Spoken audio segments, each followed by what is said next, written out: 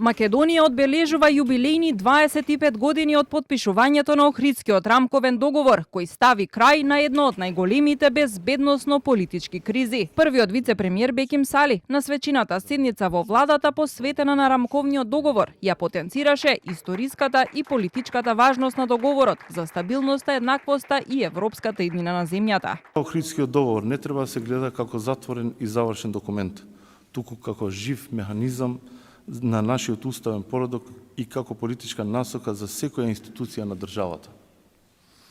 Тоа подразбира институции кои функционираат врз принципот на еднаквост и правична застапеност. Токму тоа го правиме и ние како влада.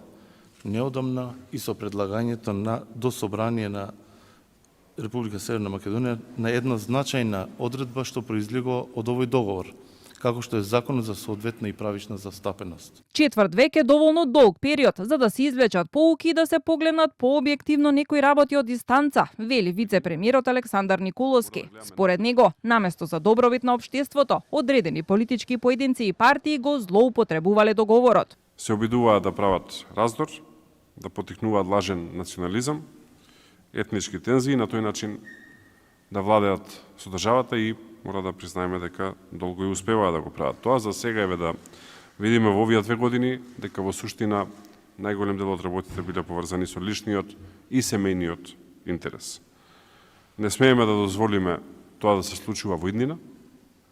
Мора да гледаме напред, но и мора да се свртиме назад и да видиме кои се луѓето кои што ги злоупотребуваа најсуптилните лични чувства на народот. Премиерот Христијан Мицкоски на социјалните мрежи порача дека иако во државава има различни перцепции за минатото и за Охридскиот договор, иднината, како што вели, мора да биде ослободена од етнички тензии, политички манипулации и подалби. На Македонија е потребно општество во кое вредноста на човекот нема да се мери според неговото потекло, туку според неговото знаење, труд, честност и придонес кон заедницата.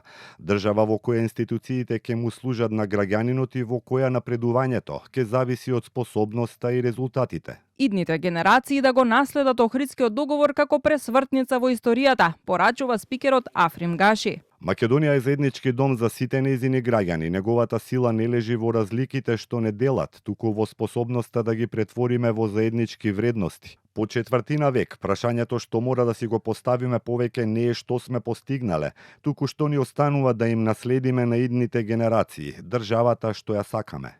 Одбележувањето на јубилеот продолжува во 19 часот и 30 минути на камениот мост во Скопје со уметничко-музичка програма и присуство на дипломатскиот кор. Опозицијската ДУИ пак закажа сопствен настан за одбележувањето на 25 годишнината од рамковниот договор.